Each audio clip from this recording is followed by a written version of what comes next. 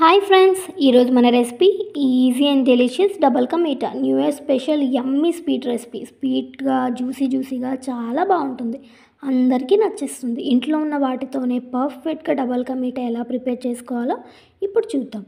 ముందుగా ఒక బౌల్లో 300 ml మిల్క్ వేసుకొని కొంచెం హీట్ అయ్యాక ముందుగా కట్ చేసి పెట్టుకున్న బాదం జీడిపప్పులను వేసుకొని బాగా కలుపుకొని మరిగించాలి. నేనైతే పచ్చి పాలను తీసుకున్నానండి. మీరు కావాలంటే ముందుగానే మరిగించిన పాలను తీసుకొని జీడిపప్పు బాదం పప్పు వేసుకొని కొంచెం చిక్కగా అయ్యేంత వరకు బాగా మరిగించాలి.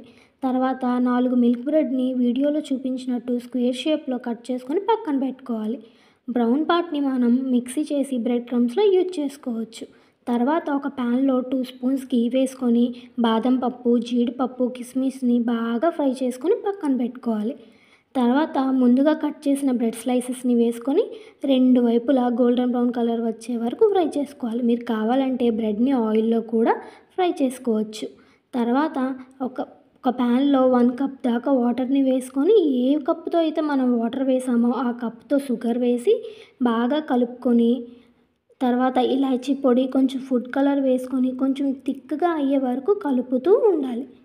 తర్వాత కట్ చేసి పెట్టుకున్న జీడిపప్పు బాదం పప్పు ముక్కల్ని వేసుకొని కలుపుకున్న తర్వాత ముందుగా ఫ్రై చేసి పెట్టుకున్న బ్రెడ్ని వేసి షుగర్ పాకం పట్టే వరకు బాయిల్ చేసుకోవాలి. బ్రెడ్ని వేసాక అస్సలు కలపకూడదండి, కలిపితే విరిగిపోతాయి. తర్వాత ముందుగా బాయిల్ చేసుకున్న పాలను వేసి బాగా ఉడికించాలి.